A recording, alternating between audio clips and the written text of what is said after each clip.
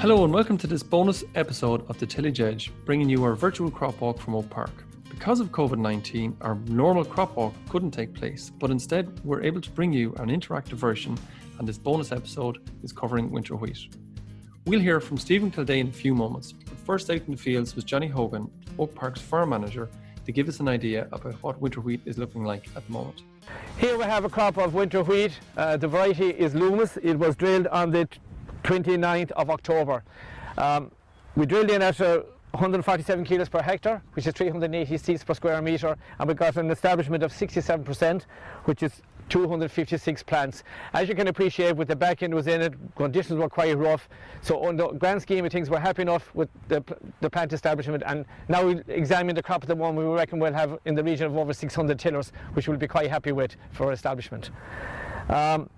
Because it's an index 2 soil following beans, we have a maximum of 180 kilograms of nitrogen we can apply. So we have already done 2 splits, and now we're down to a final split of 40 kilos per hectare to apply of a total of 180. So the question is, when do I go with that nitrogen now? We have in the third week of April, we applied our growth regulator and our wild oak control all in the one tank, and now with the emergence of leaf 3 last week, we went with our first fungicide.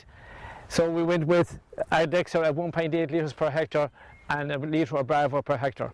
So the question is now, the emergence of flag leaf, how soon do we think we'll have that, and what will be the product of choice in the year that's in it? And as we know, with a very dry April, there's not a huge amount of disease pressure at the moment. So that is the question, what is going to be our major fungicide for flag leaf? Okay, that's a great roundup again from John, and I think you can all see how dry the ground is here in Oak Park. It's pretty dry up here at the moment, but I'm joined now by Stephen Kildea. So Stephen, John asked a number of different questions there, the same as he did in the winter barley. The first one is nitrogen. When should guys go with their final split of nitrogen? Okay, I suppose to start with a simple one there for Johnny, pretty much now, get it out is the simple answer to that, and hope that we get a little bit of rain or a bit of dew or something to wash it in to be taken up. Okay, right, fair enough. That answered that one. Okay, fair enough. Right, okay, so we'll get on to your more comfortable topic maybe, which is fungicides. The second one Johnny asked was all about fungicides.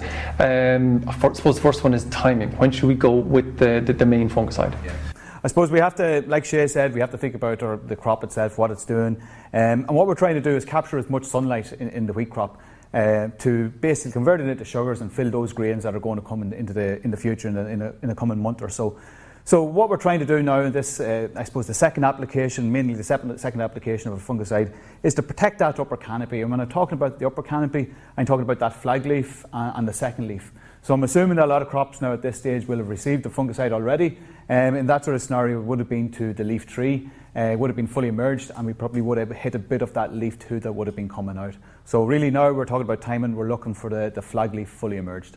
Okay, so so do you think that the timing, the crops were actually reasonably clean, I suppose, coming into the T1? Guys probably got the timing right reasonably well with that. Does that bode well for trying to get the timing right for the main fungicide? Absolutely. Look, I think it's very important that first fungicide that would be at that leaf 3, because it covers the second leaf, and that's important. It gives a bit of coverage on that so that we can come back in when the flag leaf is fully out and hope that we haven't had huge amounts of infection in between that period between those two. And I just have an example of the crop that Johnny was looking at, the Loomis. We just took some of it in here to give us ourselves an idea. Did he cut the right leaf, or did he sort of apply to the right leaf? And what we can see is that we've dissected the plants, and we now have, I suppose, the flag leaf starting to peep. We have the second leaf, and we have our third leaf. Now, I know people won't be able to see it on the screen, but I can actually see some still of the fungicide on that third leaf, and I can see some of it on the tip of the second leaf also. So the timing was right here in terms of the leaf 3 application. So the next, as I say, is going to be that flag leaf fully out. So with that fungicide, what fungicide should we be using? Okay. It comes back to pretty much the aspect of IPM, integrated pest management, knowing your variety, knowing the risks, and actually managing the crop in accordance to that risk. So we're looking at Loomis here, for example. We know already that we can see some septoria at the base of the crop, as you would have seen with Johnny out in the field. It's been quite dry weather, but it's still the risk is still there. We know this variety is susceptible to septoria. The pathogen is still there in the environment. There's enough inoculum there. Over the last 3 weeks, I suppose we have been very fortunate in terms of the weather hasn't been really conducive to it. We had a period last week where we know we've had infection events. And really going forward, we then have to look at in terms of what sort of infection events occur before this full flag leaf is out. Again, we could move across to a different variety, a variety like Bennington, for example. We know that it's very susceptible to yellow rust. It might have a different sort of strategy, and I'm hoping that probably a different strategy has already been taken at the very start there in terms of trying to protect against yellow rust, for example. They're probably the main two diseases that we're looking at in terms of foliar disease control. So just a question here from Martin, and he mentions kickback. You mentioned, in terms of what disease has been there before you get the next fungicide on. So what sort of kickback is there in fungicides now? Okay, so if we take the main fungicides that are going to be used on wheat, we're talking about the azoles. I suppose we've had an introduction of a new azole this year in the form of Revysol and Revistar, and it does provide us quite good kickback, where we previously were with the older azoles that we'd be looking at. The older azoles, unfortunately, they are suffering from I suppose a curativity protection and also some level of protection. And similarly with the SDHIs, we do know that resistance has developed in the Irish population, Septoria population, that does reduce our ability to get that kickback, definitely. So again, it's going to be understanding the risk of the crop, understanding that, look, how much of this kickback do you require at that flag leaf stage, and matching basically the chemistry to that. I should also add, look, the 20th of May is going to be the cut-off point for chlorothalonil. Up until that point, look, yeah, it's going to be, it's a must in the tank up until that point, definitely. From a protection point of view, it is a very good protective chemistry. We're still, in most crops, probably in protective, especially, I suppose, from Carlow upwards. I know a bit more rain down south. But after that, like we still need it from a resistance management, or we need another multi-site from a resistance management perspective. And what is that multi-site you're talking about? So we're talking about Fulpit, being honest. We do see the benefit. We do believe there's a benefit from a resistance management sort of aspect in including a multi-site there. Just because we have a new azole that is going to provide or is providing us good control doesn't mean that we abandon all resistance management.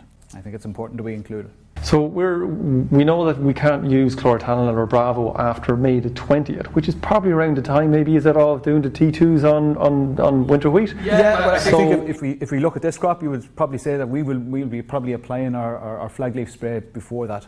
But there will be crops that potentially will be after that date. Okay, so growers should really be aware of that, making sure they don't apply it pretty much after that date. So going back to John outside, he mentioned that it was Lumos he was standing in. You've mentioned a number of SDHIs and triazoles and that kind of stuff. What sort of actual fungicides would you recommend to him in that kind of scenario? Okay, so in this scenario here, it's got a bit of septoria there.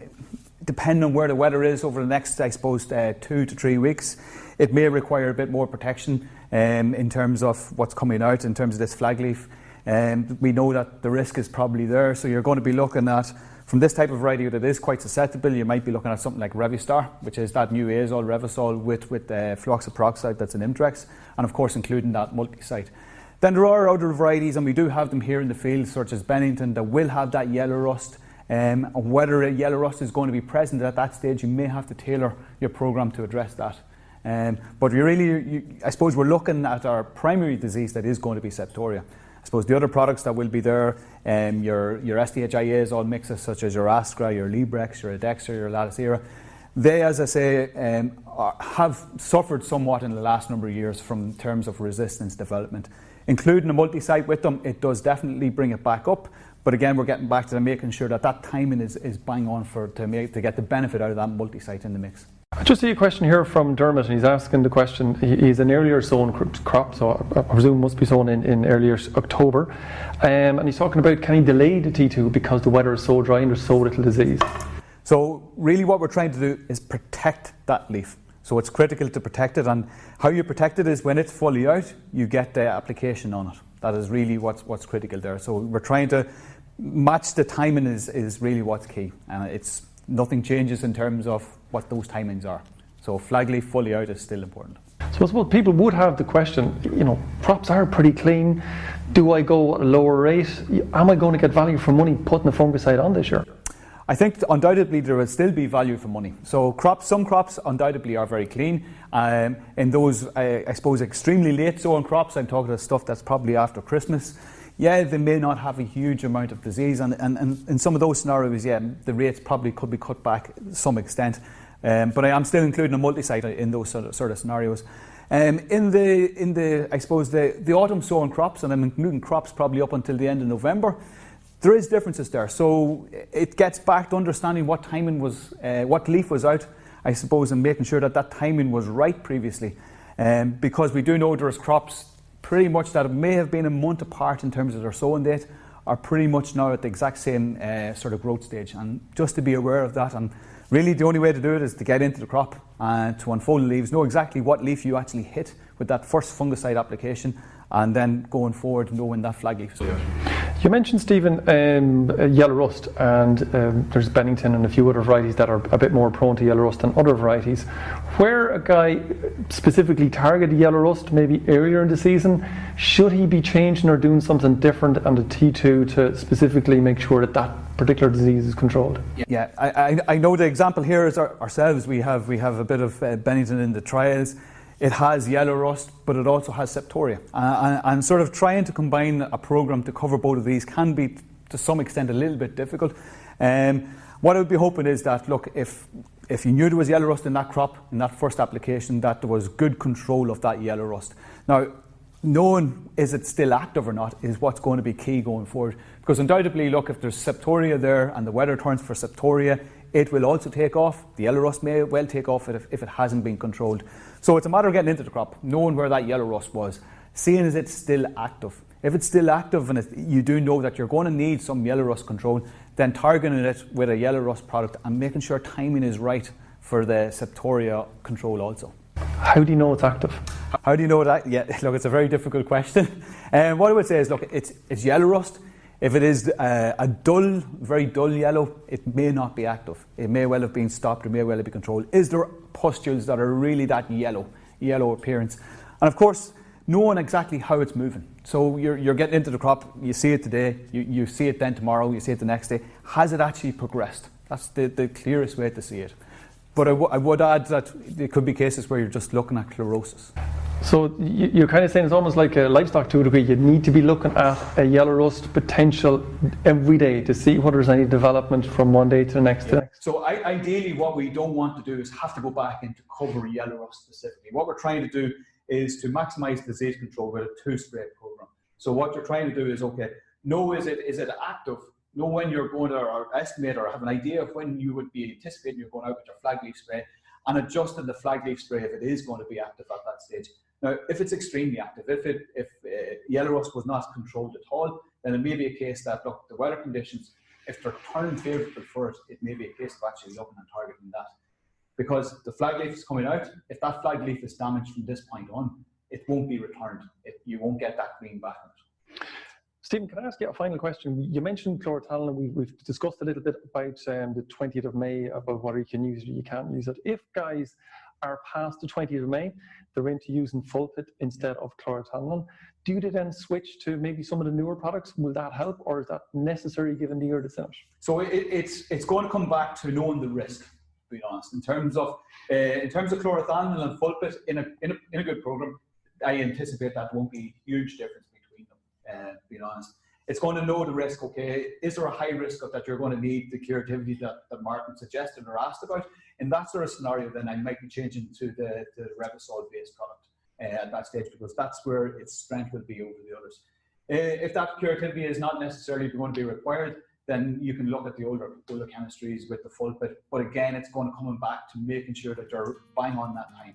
And this comes back then to knowing the weather and knowing the risks just before it. That's it for this bonus episode of the Tillage Edge, and my thanks to Stephen Kildea and Johnny Hogan. And I'll be back with our normal weekly Tillage Edge podcasts for all your advice. Do look out for further bonus episodes covering winter wheat and spring barley from our virtual crop walk. I'm Michael Hennessy, and thanks for listening.